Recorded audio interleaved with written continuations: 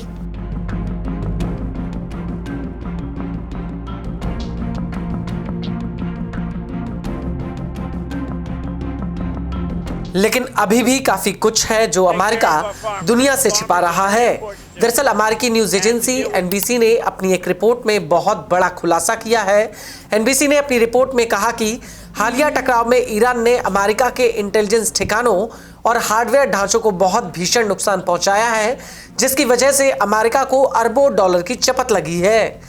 NBC ने यह जानकारी मामले से वाकिफ सूत्रों के हवाले से दी है।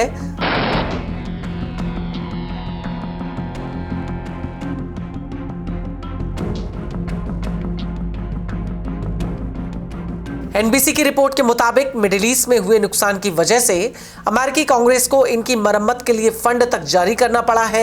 2 सूत्रों ने एनबीसी को यह जानकारी दी है।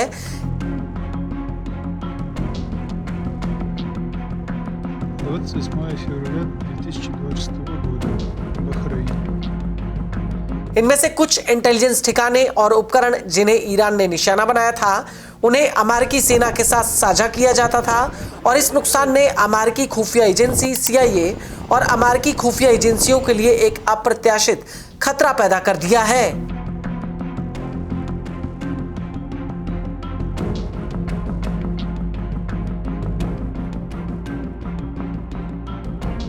रिपोर्ट के मुताबिक ईरान ने मिडिल ईस्ट में चुन चुनकर जानबूझकर अमेरिकी इंटेलिजेंस के ठिकानों को निशाना बनाया। ईरान ने सऊदी अरब के रियाद और पूर्वी इराक में अमेरिकी इंटेलिजेंस ठिकानों को निशाना बनाया था। साथ ही पूरे मिडिल ईस्ट में ईरान ने अमेरिका के रडार और सर्विलांस उपकरणों को बर्बाद कर दिया है।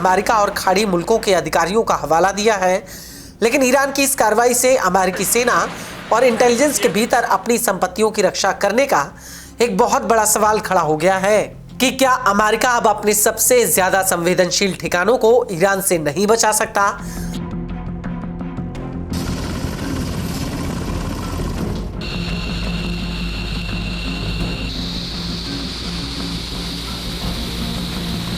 एनबीसी की रिपोर्ट के मुताबिक अमेरिका ने मिडिल ईस्ट में अपने तमाम दूतावासों में कथित रूप से दर्जनों इंटेलिजेंस बेस बना रखे थे। वहीं ईरान ने फरवरी 2026 की शुरुआत में ही अमेरिकी दूतावासों और सैन्य ठिकानों पर सैन्य कार्रवाई शुरू कर दी थी। अमेरिका के ऑपरेशन एपिक फ्यूरी के शुरुआती दिनों में ही ईरान ने अमेरिका के कई एयर डिफेंस बैटरियों को निशाना बनाया था, जिनकी कई सैटेलाइट तस्वीरें भी सामने आई थी।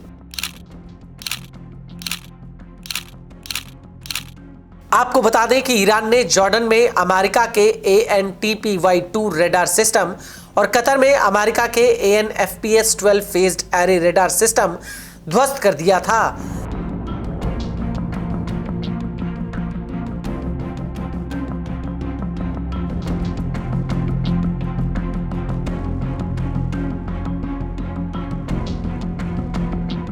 इसके अलावा यूएई, बहरीन, कुवैत और सऊदी अरब में भी अमेरिका के रेडार्स को निशाना बनाया गया था, लेकिन अभी तक अमेरिका ने यह जानकारी नहीं दी है कि हकीकत में उसके कितने इंटेलिजेंस और रेडार सिस्टम तबाह हो चुके हैं। And the deal with Canada is moving along, and we should be able to have a deal with Canada.